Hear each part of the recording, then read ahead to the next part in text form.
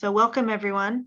Tonight's event is titled Exile, Homelessness, and Northampton State Hospital, a talk with Christopher J. Sparks. I'm from Northampton Open Media. I'm Liz, I'm the media coordinator at Northampton Open Media, and we are very excited to be presenting this event with Historic Northampton. Thank you all for coming. Some housekeeping, just to get out of the way, is that our public chat is turned off for this event, but you can send questions for Chris to answer at the Q&A at the end of the event. At any point during the talk, just send them to Historic Northampton in the little chat function on your Zoom, where Emma will be collecting them, and then we'll have a great Q&A portion at the end. So don't be stressed out. You can put those in whenever you have them in your head. If you have any technical problems, you can also pop those into the chat and we will help you out. The recording for this event will be available on the Northampton Open Media YouTube page after the event and will air on local channel 12 during this week. Again, thank you so much for coming, and I will now turn it over to Elizabeth Sharp, co-director of Historic Northampton, and get us started. Thank you. Hi, everybody. Thanks for coming. Before I introduce Chris, I thought it might be a good opportunity for me to show you a few of the artifacts that we have here at Historic Northampton related to Northampton State Hospital. We have about 363 artifacts, and most of those are photos, but there are quite a number of other objects. So I'm going to show you just 3 of them before I introduce him. The first 2 have to do with the entertainments that were provided there for, I assume, the patients, but also some of the staff. We have a series of, or a collection of, 3 tambourines, and what's interesting about these is, well, you can see that on the inside are notes, and these are from a man named Henry Dunn, who provided entertainment in kind of a comedy music shows in the early 1930s. He was actually a cook or a chef at Northampton State Hospital. It's something he did, I guess, as part of his work or as a spare time. So in his spare time. So each of these has notes on the inside, and the notes are the songs that he's going to sing in the order of them, and also some jokes, and they're really, like corny jokes. Things like, "You wouldn't buy me a fur coat," or "Don't give me a rap, I don't give a darn," stuff like that. And what characters he played in various comedy shows that they did. So there's a series of 3 of these, and on this one there's the mark where he's supposed to put his thumb. The second one is earlier than that, and these would be from the late 19th century. This is called a magic lantern slide, and you can see it's sort of a dancing figure with a sword. And these would go into an early form. This is glass, and would go into an early form of a projector. We do have a couple of projectors. We haven't never projected these. What's kind of special about this series, and I won't do it, but see this little tab right here? This top piece of glass has this guy's eyes on it. So if you're looking at it with the light shining through it, and you pull this back and forth, his eyes move all over the place. So it's designed to give you just a little bit of animation. So we have quite a number of sets of these. The last item I'm going to show you is something much more personal. We have very few personal things related to Northampton State Hospital. And this is a pair of Weaning Shoes. It's the whole pair.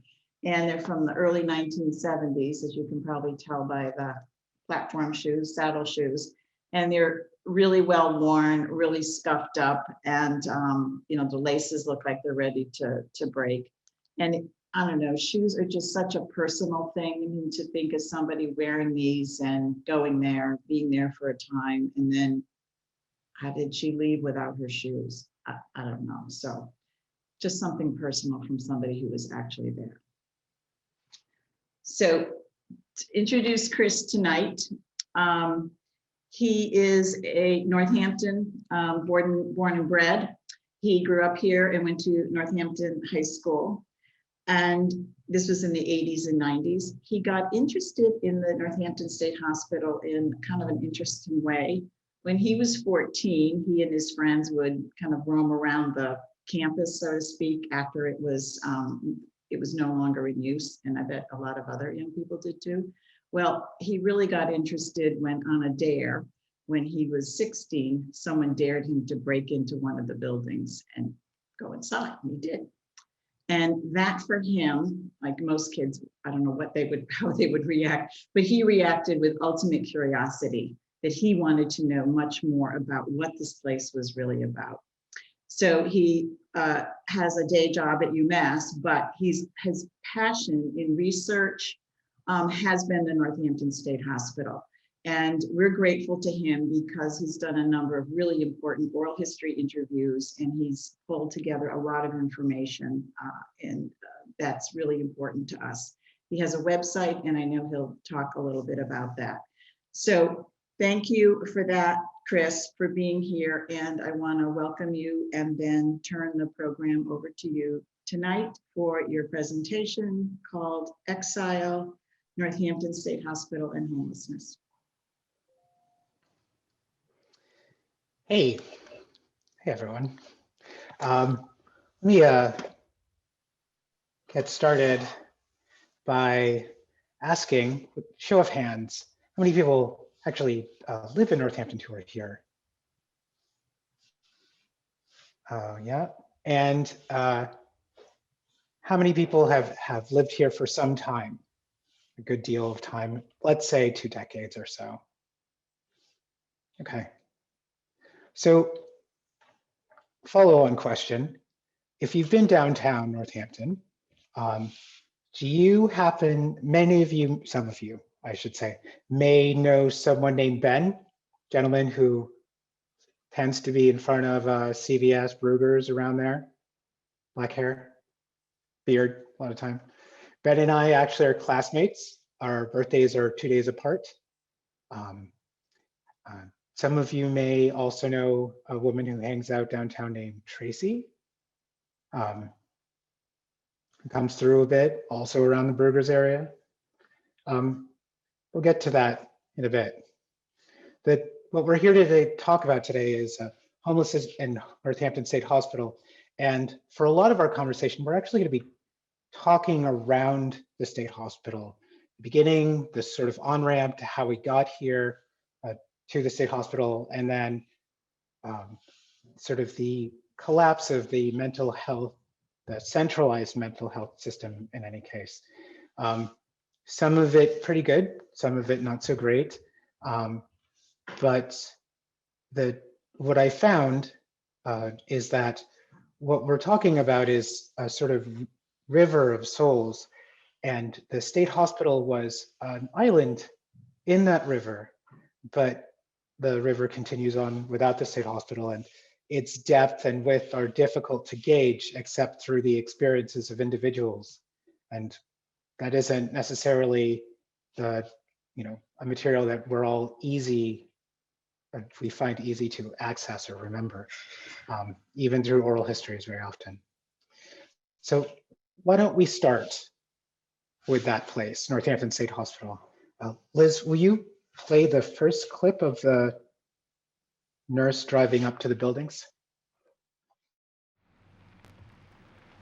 42 years ago, when Mary Peelis first drove into Northampton State Hospital, there were 2,300 patients locked inside.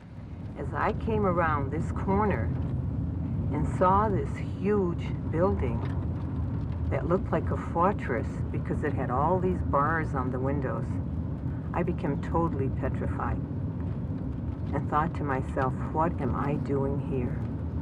I could hear patients yelling, screaming, and the closer I got to the building, the more petrified I got.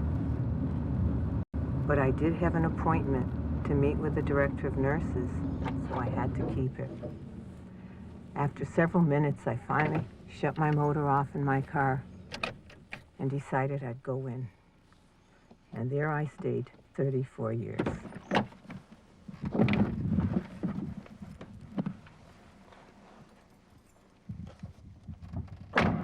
Shortly after I came here, I realized that this wasn't the Northampton State Hospital, but this was the Northampton State Warehouse. Patients had no purpose here. They weren't going to get better. They weren't going to go home. They just stayed here. They were in locked wards. And it was very distressful to think that these young patients, many of them who were very young when they came, and now we're old and we're still here. Many of the patients expressed that to me, say, when am I going to get out of here? I've been here 40 years, I've been here 25 years, and there was no purpose in their life. I can think of the girl that was brought to the convent at the age of 14, and when she was 18 years old, she left the convent, so she was brought to the state hospital. Her family brought her here, and there she stayed until I released her. She was way in her 80s at the time she left. We had a problem. We had 1 out of every 300 Americans was confined in some kind of mental institution in the United States.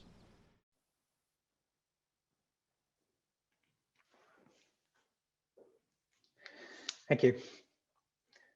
So this is the video that we're talking about at the heart of our conversation is, of course, Frontline's A Place for Madness from 1994, filmed in Northampton.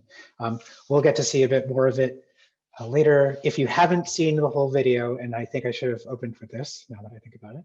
If you haven't seen the video, it is really important that you have seen it. You can access it on the website, northamptonstatehospital.org, under the galleries section.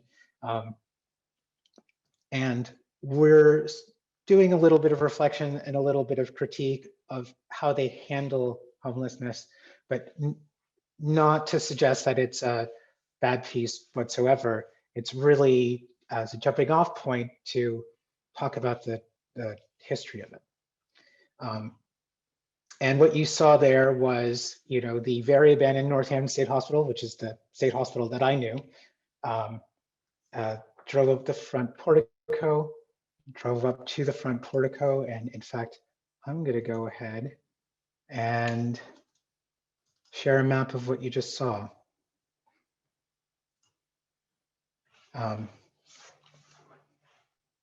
Because what we need to sort of get into our frame is how incorrect the science was in creating the state hospital, why it was incorrect, and what it tells us really about ourselves. So the nurse was driving up this driveway to the front portico. This is the portico here. And this building has very interesting shape. The center of the building is, of course, the administration block. And this is where the offices for the doctors would be, and the pharmacist, and so on. The basic sort of maintenance and operations of the building were run here. Now, this is a state hospital built in the Kirkbride plan and named after Thomas Story Kirkbride, who also ran an asylum. And it was through his experience in what he thought was mental illness that he sort of created this idea that the wards, which you're seeing here, staggered and at 90 degrees, so that sunlight and fresh air could penetrate the wards from as many angles as possible. Essentially, he created as much surface area along the windows as he could, so that it would be as easy as possible to sort of feel as if you're free and in nature. And that's another reason why asylums were built in bucolic locations, because nature and with the assistance of architecture were part of the treatment that they intended. To the right of this image, you can see the Smith Fields, original athletic fields. Originally, that was state hospital property, in fact. The top is the north, bottom is the south. The men's wards were to the north, women to the south. And you can see the peripheral buildings, a couple of which survive today. Sorry for that very fast switch. These survive today and have been remade into apartment houses. This is the south side of campus. This is Route 66 with Haskell Building. This is the male attendance building, which is now called Pillars. It's condominiums. And this is the Memorial Complex, or G building, as it were, which is now, of course, formerly Cole Morgan. Now it's Harris, L3 Harris, and so on. So Northampton, of course, Northampton State Hospital was originally opened in 1858. Its cornerstone laid on the 4th of July in 1856. And in that cornerstone was a report called Insanity and Idiocy in the Commonwealth of Massachusetts.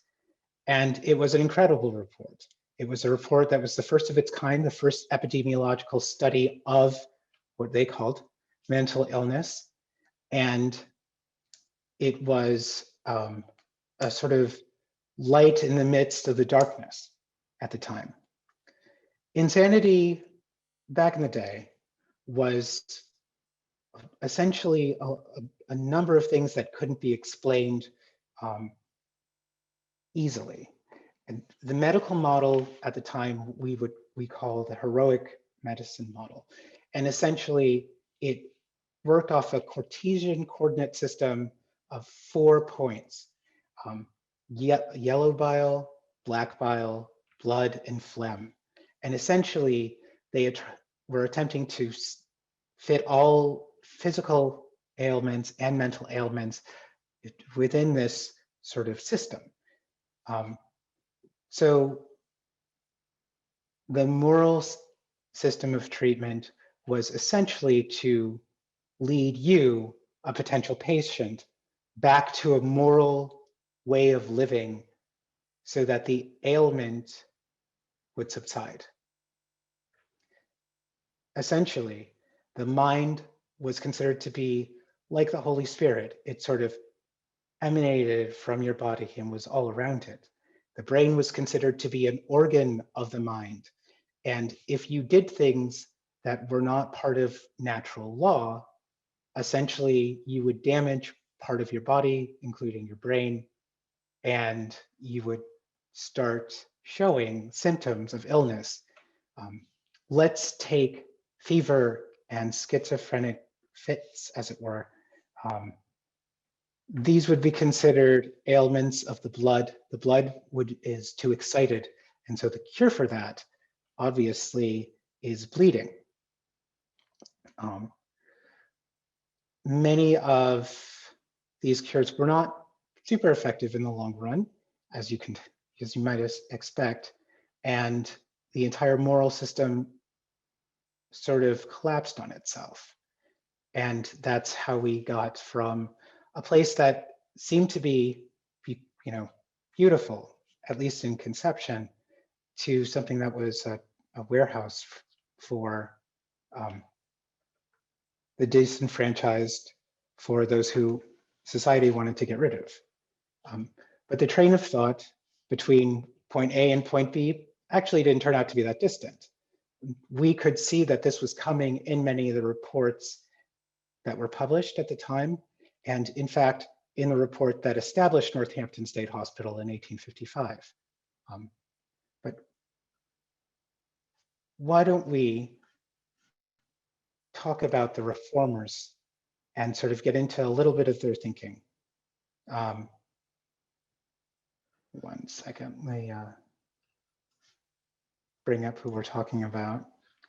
So this particular presentation is based on some stuff that I've done before, but this is the first time that I'm presenting this particular framework. And what's interesting is that I'm really talking about what I don't know and sort of building around what I do know. And I'm going to be very interested in the questions that you guys might have. So first and foremost, of course, the reformer Dorothea Lynn Dix, an amazing person. She became really a reformer for the mentally ill at 40. She was a school teacher. She was a very accomplished teacher who opened her own school at a very young age. But for our purposes, she was asked to substitute for a friend and saw the conditions that the friend was teaching in, because he was at a jail, and essentially became a reformer at that point, and was voracious and amazing all over the place. That she would visit state hospitals without notice, and of course let them know where they were deficient. She visited Northampton State a couple of times, and in fact recommended the second superintendent for his job. We'll get into that in a second. And even supplied paintings for the state hospital, images to sort of liven the mood of the wards. Edward Jarvis, whose report we're talking about, 1855, a fantastically clear writer and a person of particularly clear thinking as well. His statistics were amazing. Of course, they were somewhat subverted by his own ideology, as were any reports at the time. And as a Christian, as a person of middle income upbringing, he sort of projected his expectations for what was good and right onto the data that he collected. But that's not of a huge surprise in a time before medicine was based on evidence at all. Thomas Story Kirkbride, the gentleman, the alienist who created the Kirkbride plan, very big fan of Dr. Jarvis. The work was lauded, very well received. Kirkbride and Pliny Earl had very few problems with the report. And second superintendent Pliny Earl, who was, even before he came to Northampton, he was one of the best known alienists, fantastic reputation, and really fantastic methods. Pliny Earl wrote a book called The Curability of Insanity, where he essentially sort of walked back a lot of the rather exuberantly positive thinking of the time, which thought that mental illness was one of the most curative defects in humanity, as curable as the common cold. Even Pliny Earl, he had some decades of experience, and the curability of insanity is in large part based on his work at Northampton State Hospital, where he essentially said, that's really not what's going on here. What's going on here is a lot of these cases are quite incurable, and we're really talking more about care than therapy. And the difference between care and therapy is significant trouble, because when we're talking about that, we're really talking about time, and that really means money. And that was sort of the downfall of the state hospital systems in general. They weren't particularly well funded per patient once the ideas of moral treatment sort of flew out the window.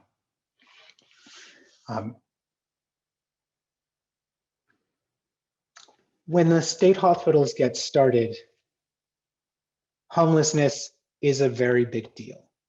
And in fact, Dr. Jarvis finds a deep, intimate link between homelessness and what he says is incurable insanity.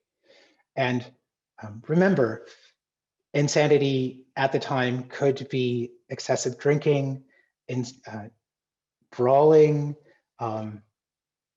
sadness, which may or may not be depression. Essentially, all of these things are under the container of insanity in an undifferentiated way. So we can only sort of speculate as to what was really going on, even when we have access to the numbers of patients and the types of illnesses that they were admitted under. At the time, of course, in the 1850s, Massachusetts is going through a fairly large influx of Irish immigrants. And the Irish insane is an entire category of state hospital admissions. And it's sort of a constant back and forth between hospital administrators and the sort of local population in Massachusetts. Now, let's talk about a couple numbers here.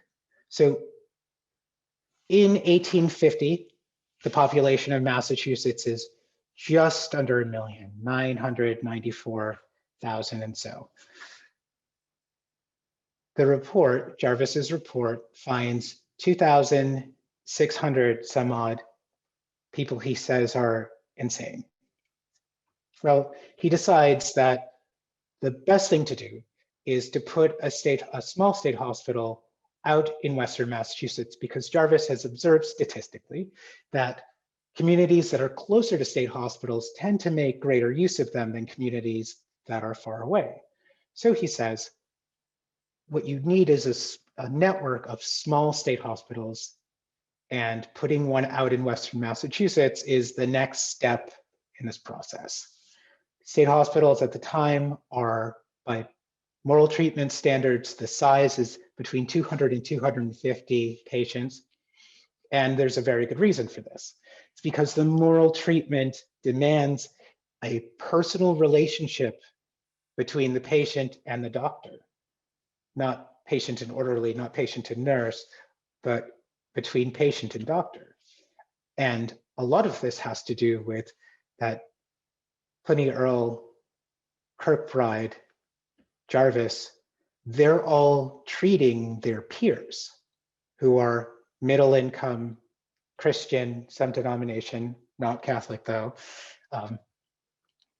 and are educated.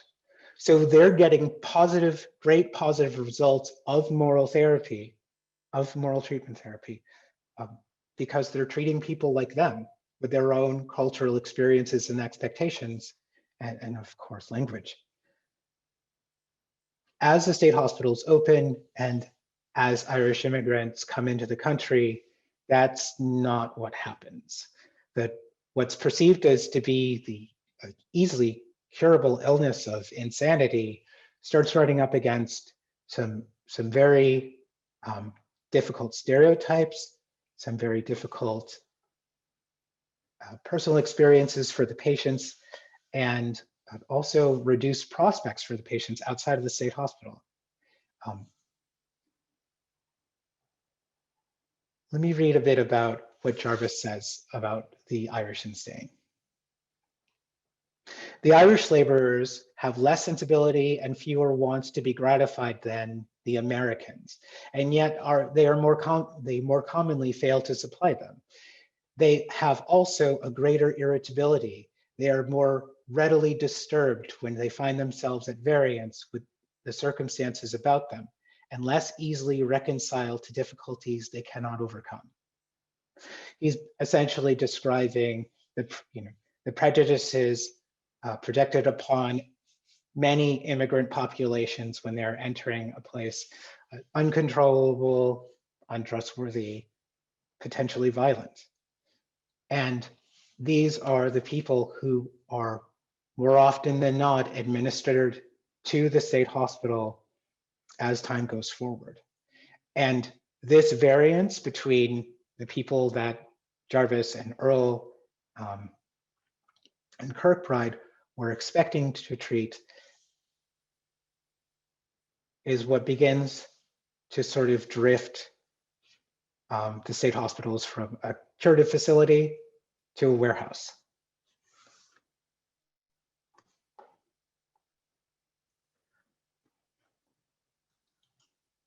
Liz, will you play the next clip on the gentleman down by the river? Who's there? Friend or foe? What's up? Welcome to the boudoir, the bivouac. Nice, huh? Peaceful. It's amazing what a stand of sumacs and a Cadillac will make, a bedroom. There was just a cormorant over there in the water that took off. I've been on a beautiful nature walk this morning. I picked the elderberries there. Here's the elderberries. You'll like elderberry wine. This is a wild cucumber. I got some breakfast money. Music. Yeah. Yeah. And I was raised on this very river. And this is the sandbar I landed on. I'd come here even though it says no trespassing.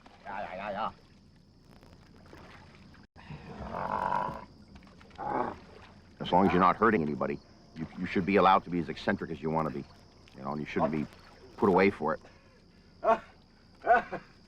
As people who've come to my aid in the streets when I've been being harassed, they've said, why don't you just let the man live? Water's nice. He has a right to live, to breathe, to walk the sidewalks of this land of America. But we don't have much tolerance in our society, especially in Northampton. There's a lot of judgmentalness here. This is the last bastion of Puritanism. Northampton is the only place in the world where the largest women's college in the world is separated by a chain link fence full of holes from a mental hospital.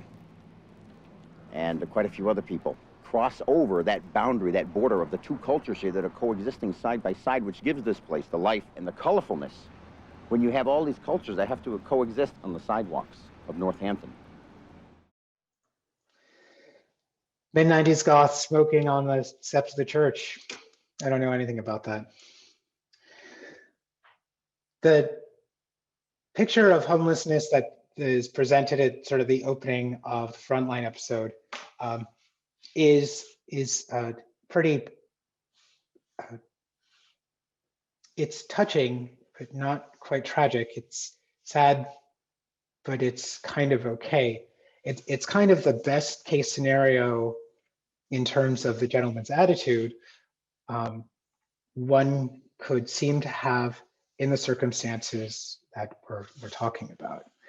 And that image is, it's okay, but it's also quite problematic. It's very difficult because it doesn't talk about the uncertainty and it doesn't talk about the danger. He very lightly, when he says you should be allowed to be as eccentric as you want to be, he's talking about mental illness in a very nice way.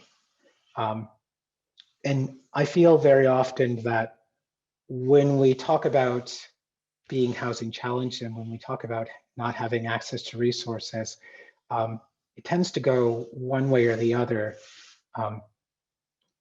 And the most positive light is the easiest to sort of consider and to live with, but it does us the least amount of good.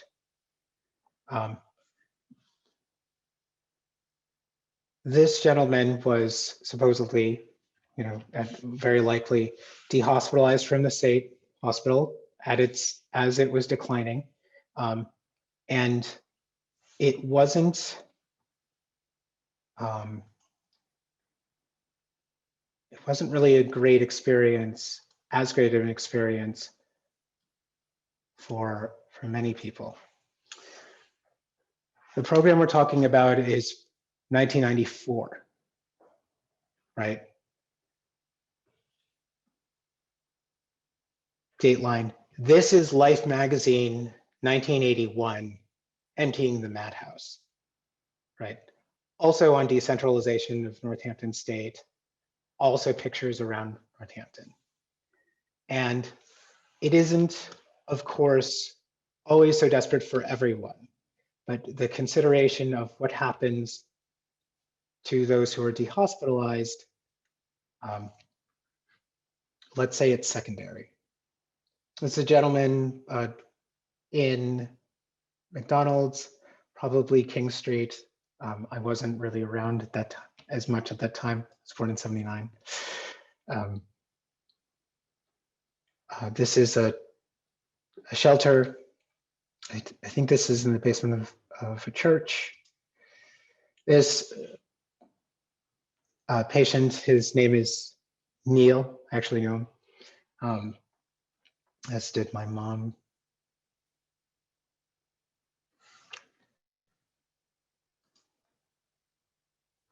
he gets into a scuffle with an orderly,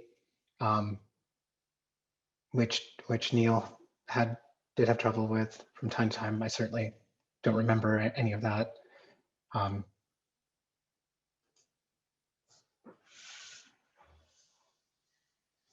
SRO, single resident occupancy. Mattress, their light bulb, all of their belongings. So what happened? To be very brief about decentralization, essentially, the state hospitals were underfunded for quite some time. Essentially, once the spell of moral treatment wore off and it became clear that we were up against something, an enemy that was far more capable than the common cold, the funding for the state hospitals started decreasing almost immediately.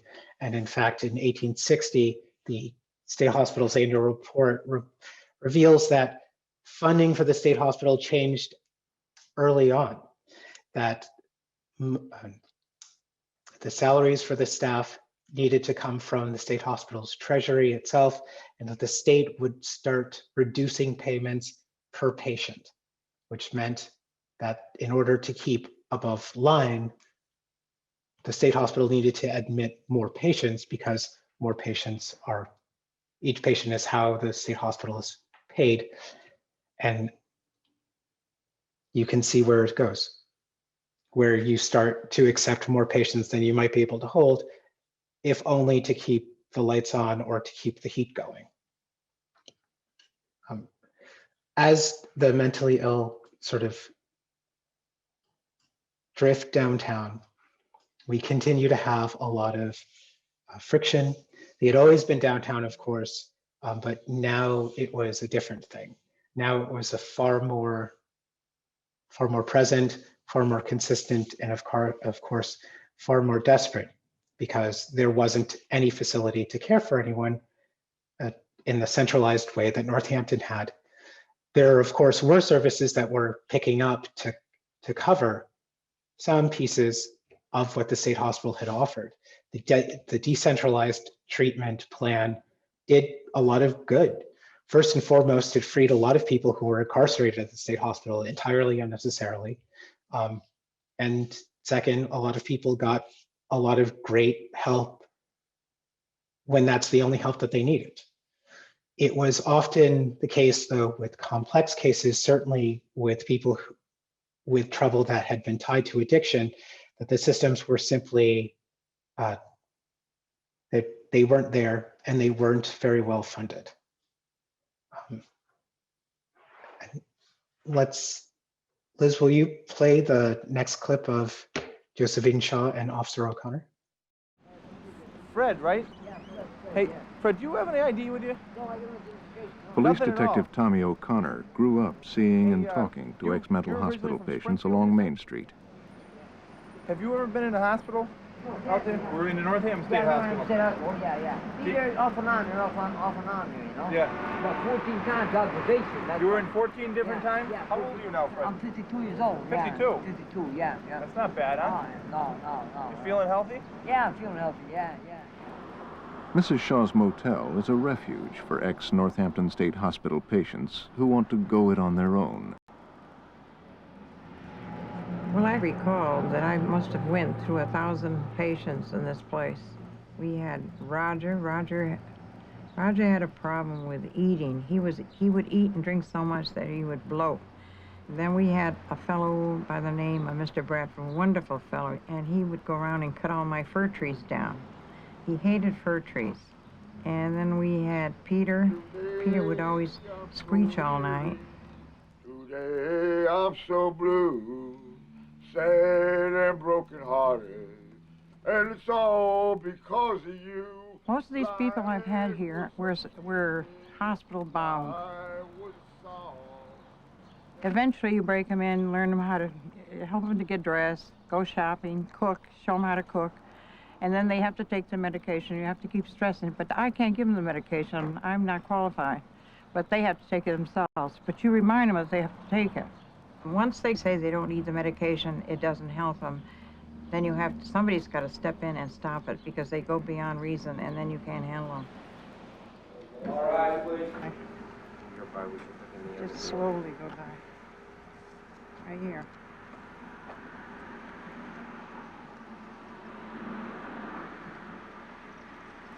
It's a pathetic sight, but what can you do? When he's off of medication, you don't want to trust him. You don't want to turn your back on him. And he's on the brink now of being where I'm going to try to get him admitted back to the hospital. But he won't go in himself, and the law says he has to show up at the hospital himself to be taken. Otherwise, I have to call the police and have him taken in bodily. And I'm afraid that he gets violent, and he might hurt one of these police officers, because I've seen him hurt another police officer, Officer Nichols, quite a while ago. And I'm afraid he might do the same thing again. He changes, his mood changes. When the police stopped by Shaw's motel, Mrs. Shaw took the opportunity to tell Detective O'Connor about the crisis with Eddie. Now that's the same guy who Hit Nichols. he took Officer Nichols. He took a leg of a chair and split open the officer's head, right? Yeah, yeah. So he's not acting. Well, good he's not. lately? Right now, he's acting very weird because he hasn't been taking his medication, and I keep telling the boys, don't go near him and don't turn your back on him because you don't know he's. He's done it before, right? Yeah, he's done it before. He's have to do it again. All right. This is Eddie. Civil libertarians have long thought that no one should be punished for their status. Mental illness is a status. So the status of being seriously mentally ill shouldn't be punished. Hey, Eddie. How are you? How you doing? Hi, how you doing? Good. Hey, Mrs. Shaw is a little concerned about you. Yeah. But she feels maybe you're not taking your meds or something. You are taking them? Yes. What kind of meds are you taking now then? Nothing. What is it? Nothing. Nothing? In a lawyer's mind, this goes all the way back to John Stuart Mill. We only interfere with a citizen when they cause a danger to someone else or a harm to someone else. And we'll make a big addition to prove our heart's in the right place. If you're dangerous to yourself, we'll let the state interfere too. What's the knife there for? Huh? Don't touch it, okay? That's just kind of straight. I'm not hurting nobody. Okay, all right. Well, where's your steak? Mind if I hold the knife while we talk to I'm you? not hurting nobody. You just want to hold it, okay? Where's the steak you're cooking? I put it in the garbage. It's cold chops, really. There's no crime in Mrs. Shaw. No, there's no. Mrs. I'm Shaw not is breaking the law. I'm breaking the law. Mrs. Shaw is concerned about I you. love you people. Yeah, I met you. God bless you. How you I love doing? you, kids. We met that. Oh, those are just rings. Friday extra. Yeah. We met the other night down Oh, you're the by kid. Kathy's Diner. Oh, I love you. Right. Yeah. God bless you. To the relief of the police, a psychiatric crisis team agreed that Eddie was a present danger. They issued the police an emergency order for temporary hospital confinement and evaluation. We have a pink paper, and you need to come with us. Okay, we need you to come with us. The doctor thinks that you should go up there and get a little bit of treatment, maybe some medication. So the law says I'm not breaking the law. I'm not crazy. You gotta get a warrant. I get my wife. The pink paper is like a warrant. Well, Okay? you gotta bring it.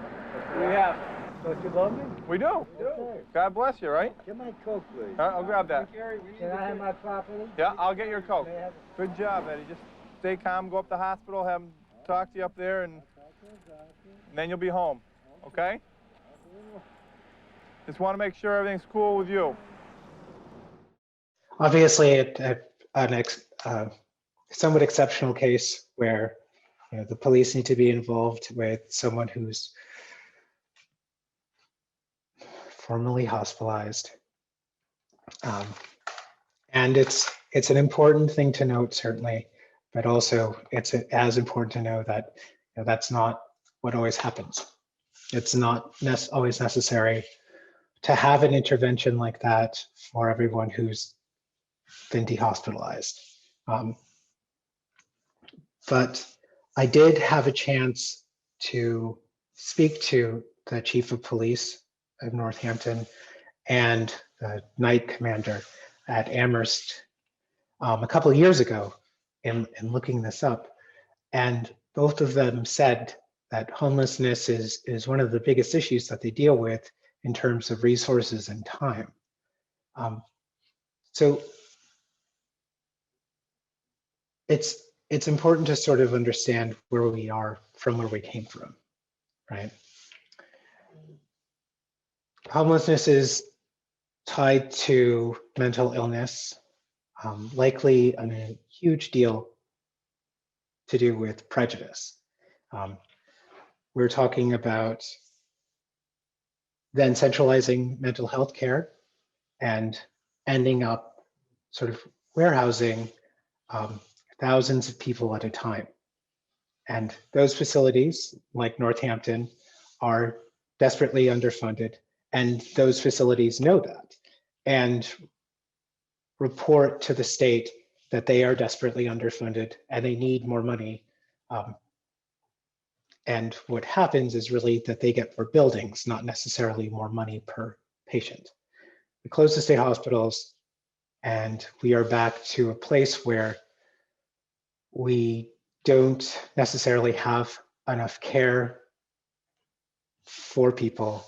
And that leads to confrontations with the police, the homeless, of course, representing a good deal of what the police happen to do downtown. So my thought is this, and it's sort of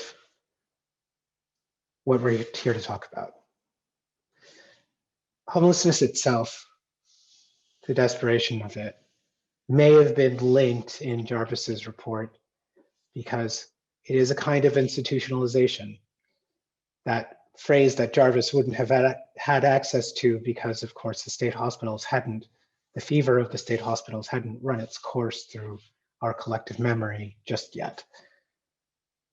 And that sort of institutionalization creates responses, creates ways of acting and thinking that are different, appropriate potentially for one place, but not appropriate for other places. And ultimately, if we can't afford care and treatment for those who are in need, we are going to have to deal with that on the street, in the streets. And likely it is the police who will be the people who are called in, because those are the people who are resourced at the moment. It would be unfair to not say that, you know, it would be unfair to forget to say that, you know, there are plenty of people who do need terminal mental health care. It is essential to have those services in those beds. And while we've played clips here where it seems like, you know, these individuals may have an okay time or sometimes a difficult time in public, there are patients for whom long-term care is quite necessary. And some of them even know that. The trouble with video, with telling stories in video, is that it's so all-encompassing, and one can believe that it is the world, because that is the way of video. It is to make a world of itself. So the Dateline documentary closes on the gentleman who's in Haskell, and as the state hospital closes, and it's an important piece, but it's a small part. Yeah, and we'll play that now. Liz, will you play the last clip?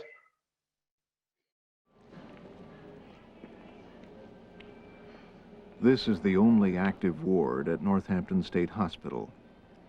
Roger is one of the last 23 patients, and he has just been told that the hospital is about to close.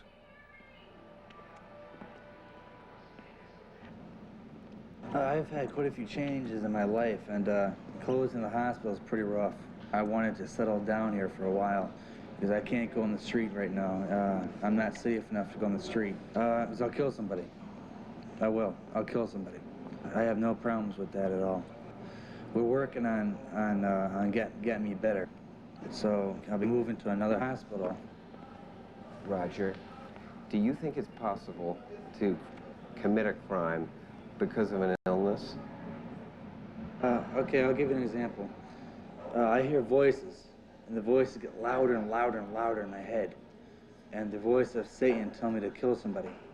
And I went off and I took a knife and I was about to do the person in, but the person wasn't home. The person wasn't home. And I turned around and I burned everything that I saw in sight, burned it all down. That's the night that I committed my arson. I was hearing voices in my head and I had to release it. Had to release it. And that's when a person becomes suicidal and very, very dangerous, because he's trying to get rid of these voices and he just can't do it without the help of medication.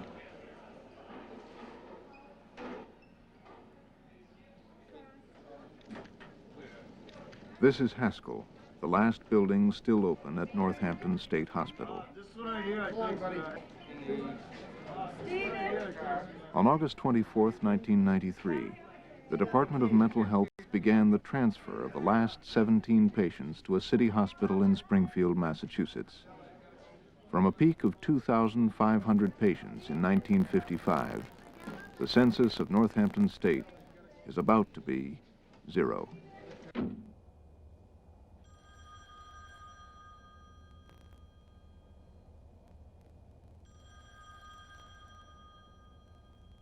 "15 years after its signing, the vision of the Northampton Consent Decree is nearly fulfilled. When you're in a hospital, just the idea that the doorknob doesn't turn when you want to leave means it's definitely not your house, your home. Your dreams start to fade of you ever getting out. When I was really ill, I felt like I had 3 football helmets on and the world was flat. So I banged my head to the ground. And suddenly I felt like a bumblebee. What do you call it now? A bumblebee's haven? What do you call that? A bumblebee's haven? A hive, right. Like, you know how it's ripples like that? My head felt like that. And you know something? I put my head down on the desk. And when I woke up, I was new, brand new, fresh out, everything. I was bright again. I knew how to sharpen myself like scissors. I did everything, and I was out of there in about 2 days.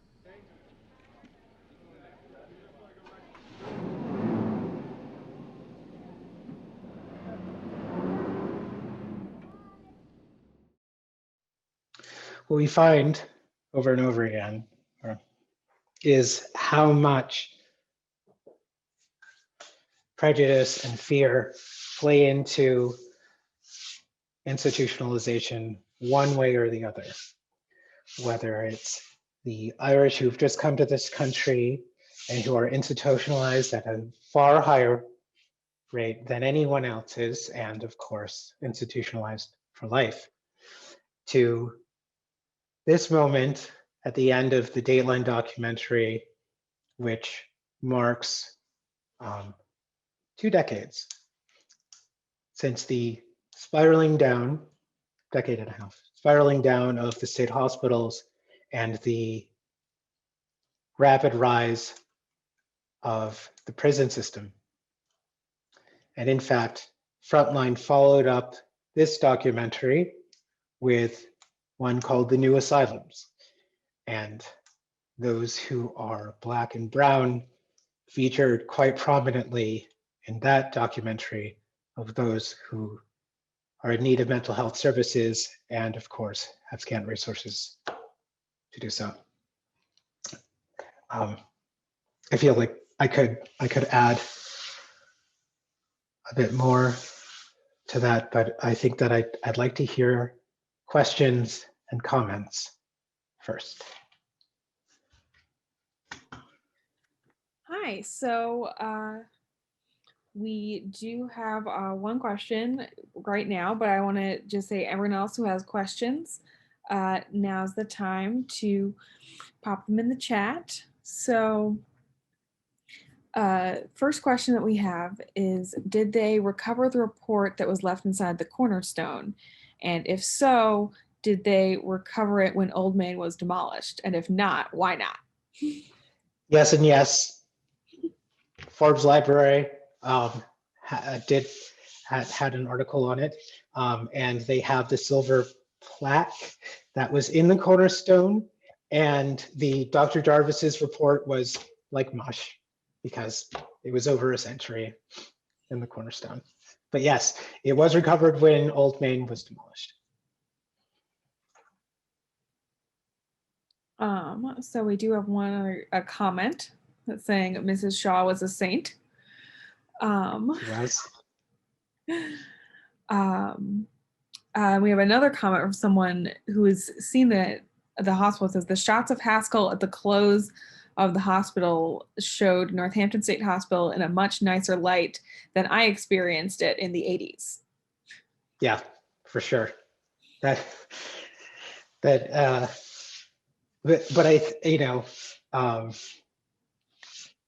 I certainly don't know what part of Northampton State Hospital that they might have seen. Old Main was actually abandoned in '86. So if they're there during the 80s, it might have been G Building and Haskell, but still those were nice shots. And of course, because it's a state facility, so the state had to let them in.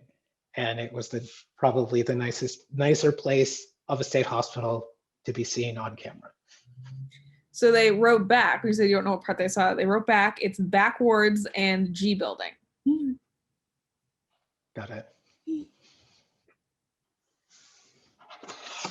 I of course only knew the state hospital when it was abandoned. So I've like never seen functional state hospitals save for electricity being on at an exit sign once. That's really it. G Building was the most, I have to say, uninteresting because it was so thoroughly institutional. It was, Old Main was interesting because of the way it was manufactured, because of the way that it was meant to be. Memorial Complex, it was really like, it was much more like a prison. It was so straight, so boring, so dreadful. So we do have a commentary that I want to read, and I just want to say if anyone else has comments or personal experiences with the hospital, definitely put that in the chat. So this is commentary.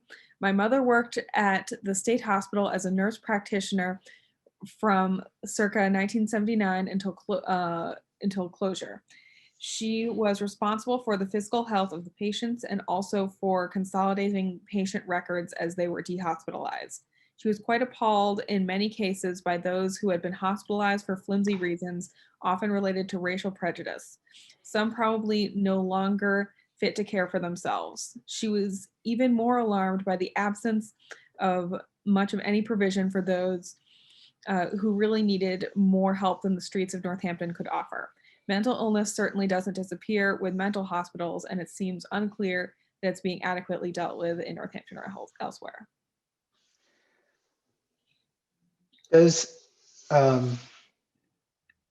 Northampton State Hospital was closed on what we call the Northampton Consent Decree. And it's known, it's officially the Brewster versus Dukakis Consent Decree. That was a court case that Steve Schwartz and company brought against the state. The state, of course, inviting that lawsuit because they couldn't figure out a way to close the state hospitals outside of court. They needed a court order to do it. It's the weird way that government works. But in any case, the gentleman in question, David Brewster, was a Black student in the Springfield school system who had something of a learning disability, as I understand it. So he didn't speak with the kind of clarity that his peers did.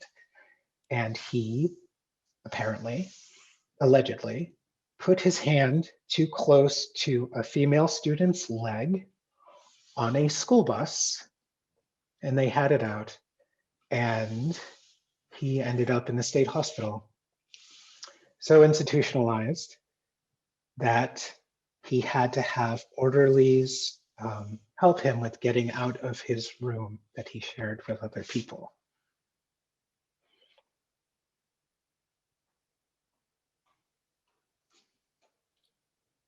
So another question is, who owns the property now?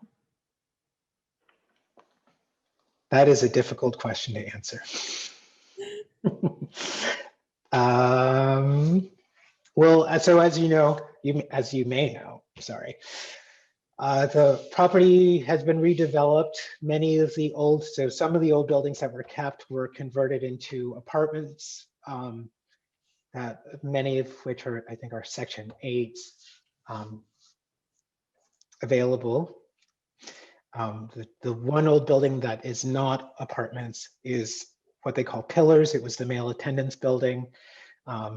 And new places, new homes were built on Hospital Hill, and they call it Village Hill instead of Hospital Hill, of course, to get away from its history, because it would not sell very well as Hospital Hill apartments for some reason.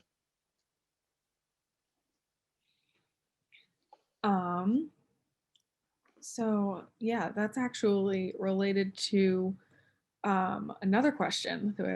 What's the prospect for changing the building or land to a modern rehab facility or homeless shelter? Is that been? Wow, that's a really good question.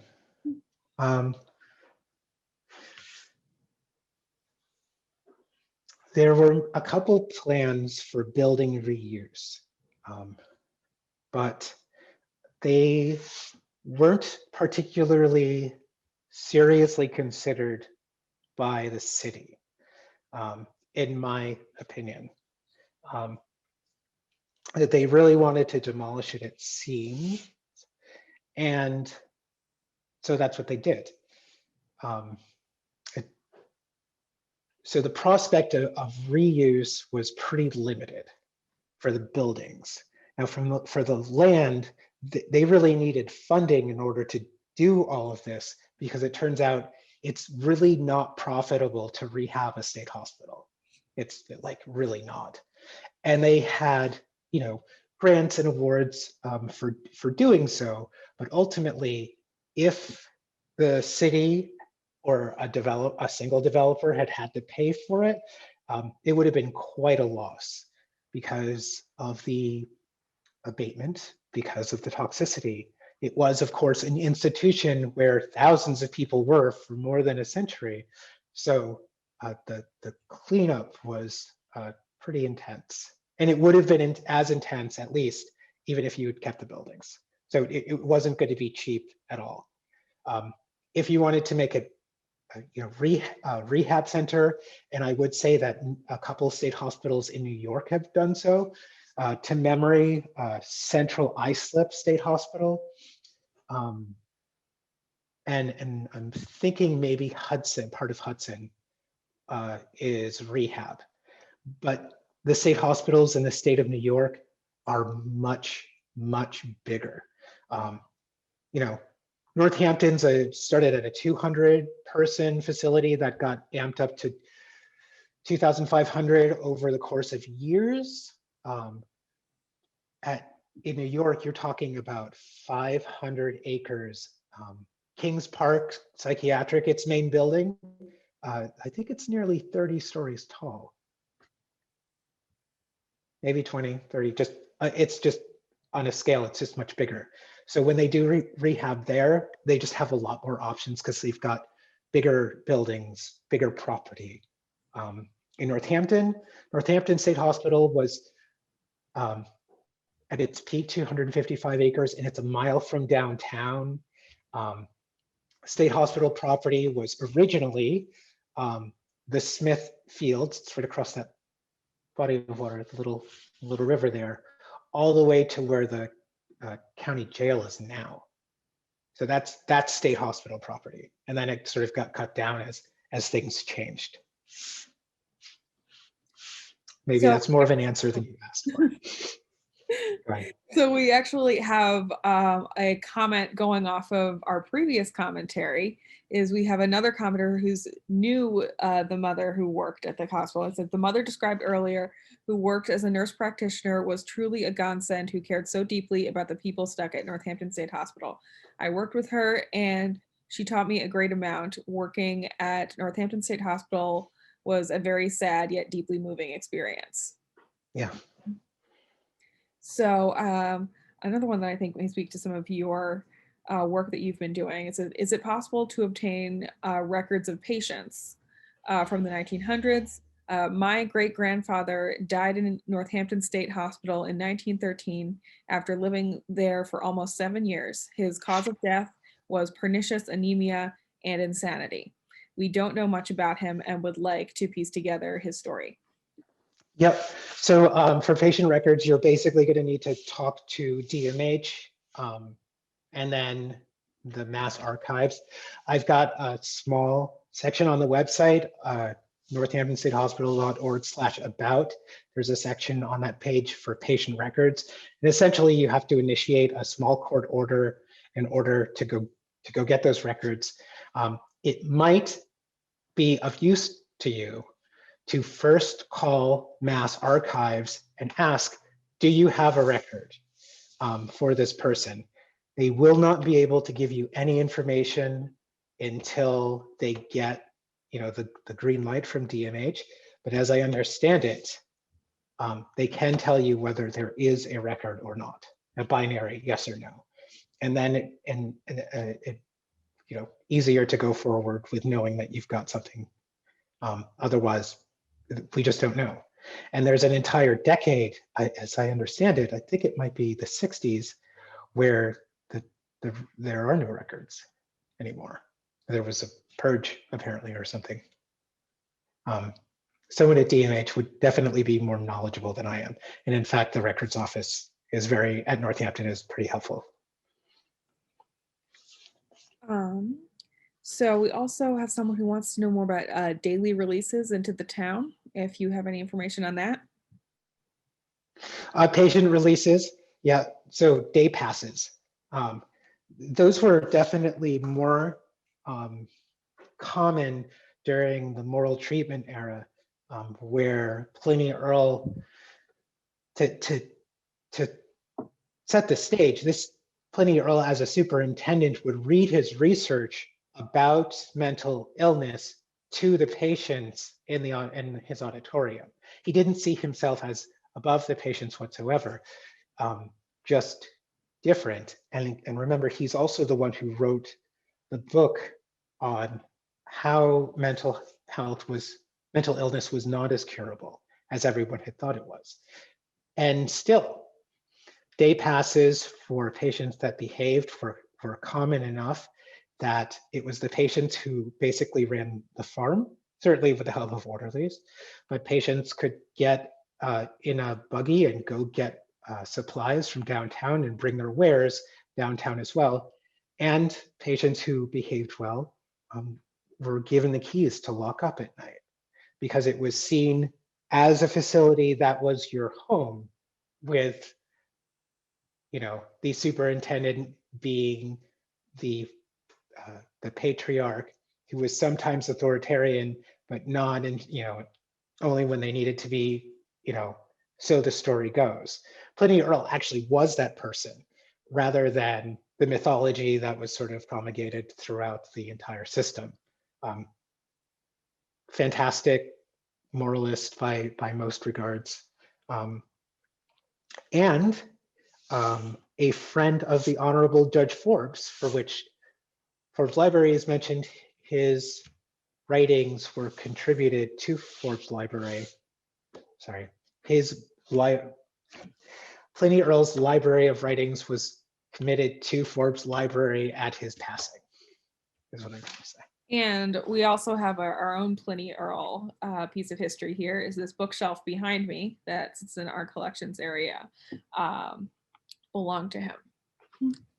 So we have a couple more comments. A quick comment: my husband and I worked with the last 17 Northampton State Hospital patients at the hospital in Springfield. Was that, what facility was that they were transferred to in Springfield? Was that Vibra, or what, or Vibra was just very new? I don't know the hospitals in Springfield, that's why I'm asking. Well, feel free to put your answer in the chat. We can, so we have a couple more comments. I'm a guardian of a woman who was moved with a group of severely intellectually disabled people who are residents of the Belchertown State School in order to reduce the population of that institution to meet their consent decree. They were admitted as MH patients. People were physically restrained and often naked, were patients at Northampton State Hospital subject to medical experiments like those at Fernald. That's the question. Yeah. I don't know. It doesn't seem to be the case because there hasn't been a lot of coverage, but who knows what that means. It seems like other state hospitals like Metro and Danvers had bigger problems with that. Northampton actually had quite the legacy of leniency, at least during its moral period. And in your archives, there's a picture of an older man who's one of the first, who's a transfer to Northampton. And he gets his portrait taken right as he arrives in change, because that's something that Northampton would never do at the time, right? So it's quite a moving portrait. And that's really the best I can tell you is I don't think so because it hasn't come up, but I don't know because I don't know how well documented such things would be. So we do have a response to your question. So it's Old Municipal Hospital called 2A unit. Awesome, great, thank you. So we have two people who want to know if there are any grave sites on the land. Good question. So I'm, there are other historians and their specialties are the grave sites. Tom Riddell specifically and Sky Sutton come to mind. What I can tell you is that there are bodies on the land, but that the grave sites, we more have a grave marker for the area that we think that bodies were buried at. So as I understand it, we haven't had ground penetrating sonar run through our hill to identify potential burials. We're just sort of going off of documentation. And Tom and maybe some of the other Fountain Committee were instrumental in getting the marker remade. But there's been a bench there for some time that was originally left by the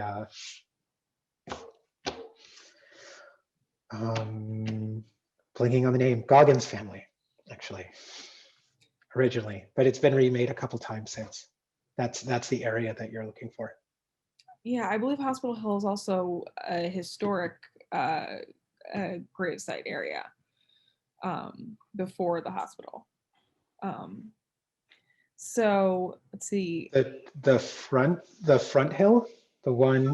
I didn't know that. The one called Hospital Hill was a gravesite before. Well, the whole hill is Hospital Hill. Yes, I'm not sure where on it because I know there's some markers that have been removed. This was a very we're talking like 100 years earlier. Right. So one of the persons, could you talk a little bit about homelessness or houselessness like now for people who have serious mental illnesses? I wish I could talk more about it. It's something that I've been looking into, but my first attempt really didn't go well. And I say that because the project was way bigger than I expected it to be. The name of this presentation, Exile, that was actually the name of the project. And it was essentially to say, okay, so the state hospital is your starting point. So where did people go afterwards? And the scope of that project was so much wider and deeper than I was used to that I just didn't know where to go. It is something that I hope to take up again though. But to get back to your question, so mental health services are difficult to acquire if you don't have a place. And if you don't have a place, that means that you may have access to a phone. I've volunteered some nights at the shelter in Amherst, and people did have phones, but if you don't have a mailing address, it makes it a little bit more difficult to apply for Mass Health, you see. And that's kind of going to be how you're going to pay for mental health services. Pay, right? You don't have access to the entire infrastructure of living if you're housing challenged. And it is a problem that it's not just a roof over your head, although that it's obviously a serious stressor. It's you are outside of life, it seems. So services appear to be hard to get. People on let's say the ServiceNet side say that they're doing their best to provide accessible treatment. People on the homeless shelter side are saying that it's really, really hard to get treatment. I didn't have enough time to understand why there's such a huge variance, but it seems to me, an outsider, like they're almost speaking different languages. Their stories are so different, and I don't know why. We have a bit of a change of vein about the site. Did you ever explore the tunnels underneath the complex, especially around Old Main? And are those tunnels still there underneath the new apartments? The tunnels are not there. They were filled in with rubble, and with huge, earth movers. I did watch a little bit of that happen.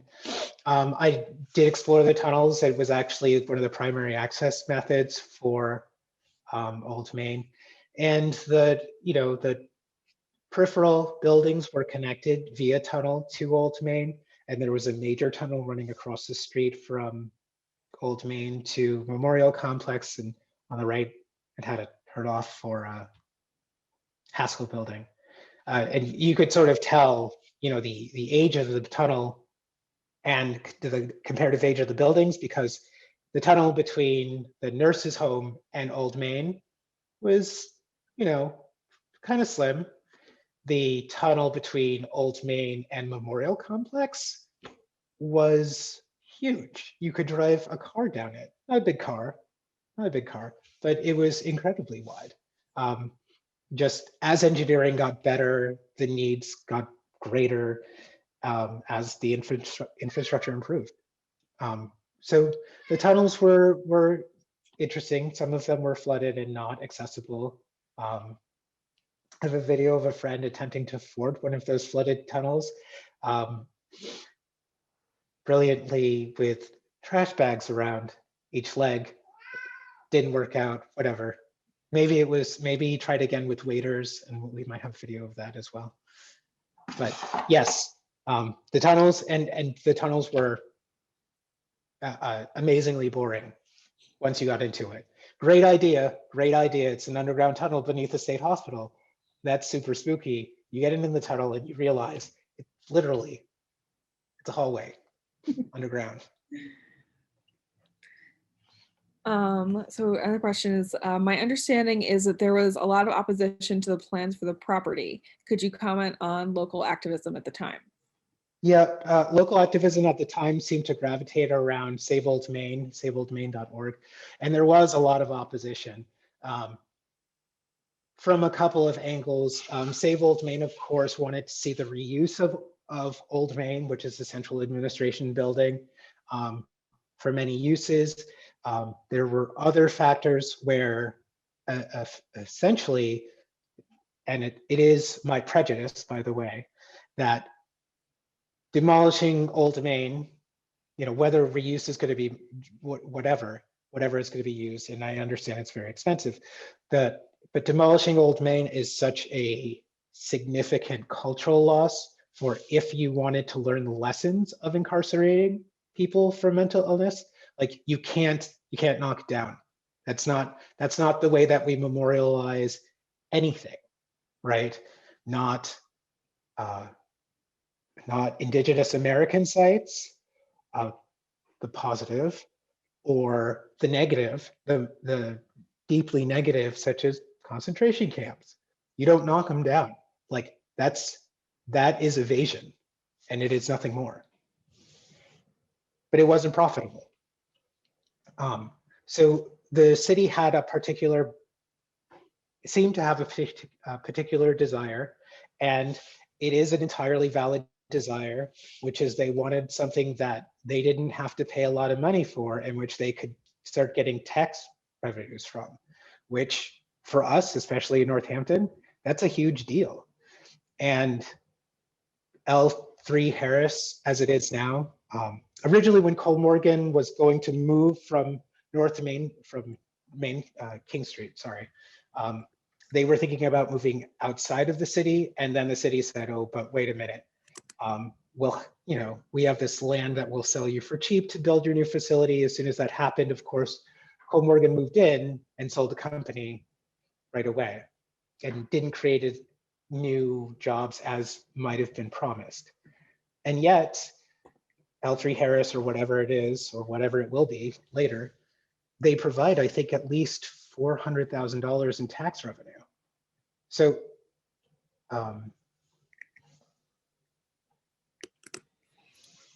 it's money. It's money. It's not great to talk about, but the city's responsibility does tend to be to, to support itself.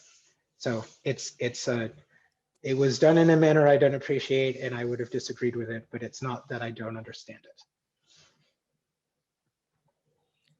So we also have had a comment in of someone who was sent a resource to say that there are 181 confirmed burials for patients who died at the Northampton State Hospital in unmarked graves on the site.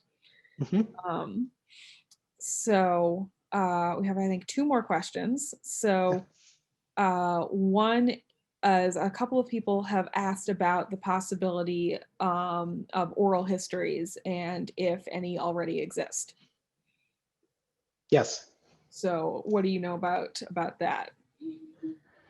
Some of them exist on the website, northamptonstatehospital.org. I'm afraid that it's something that I do when I have the time to do so. If you're interested in being interviewed, please do let me know. I am, of course, the web strategist at UMass, so I have to balance between my job and another project, but I do it as much as possible. I'm hoping to get an interview from a psychiatrist who is off campus. Essentially, he was working, I think, at occupational therapy at a spot when the state hospital closed. So he witnessed the influx of the wave of state hospital guests right as it happened.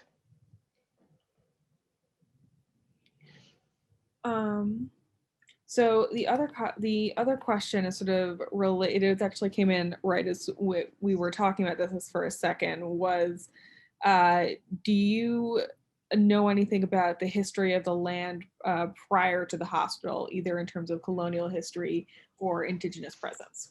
Good question. What I know is very little, but it might be something to start with. So previous to it being Hospital Hill, it was Pancake Plain. For the grounds that are now the community garden and going forth sort of back down 66. And as I understand it, one of the reasons the state hospital was put there was also to help eradicate the Indigenous presence there. And as I understand it, it might have been a grave site, or there was a grave or something like that. I remember learning it, I'm afraid, about a decade ago. And it was just some sense of irony that the state hospital was placed upon there to remove the indigenous presence, and then the state hospital itself was, of course, removed and renamed to Village Hill, which is a thoroughly colonial thing to do, really.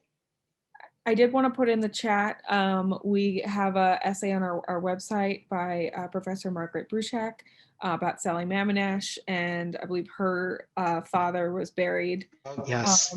On Hospital Hill. Right. And so she talks a little bit about it. It's also just a very good paper, but she's saying that it was a large concentration of Indigenous people. But his was the gravesite I was thinking of when I thought, oh, that one of them had been removed, that he had. That sounds right. That had a totem of a turtle on it, and someone had taken it. Wow. Yeah. I did not know. I did not know about the totem. So I think those are the questions that we have. Yeah, excellent. Really great questions. Thank you everyone for coming out and putting up with my spiel and my cat here. Once the recording of this has been produced, it'll be available at NCTV or Northampton Open Media now. And I'll also put it on the State Hospital website along with some of the references that I used for this. Thank you very much. And have a great night. All right.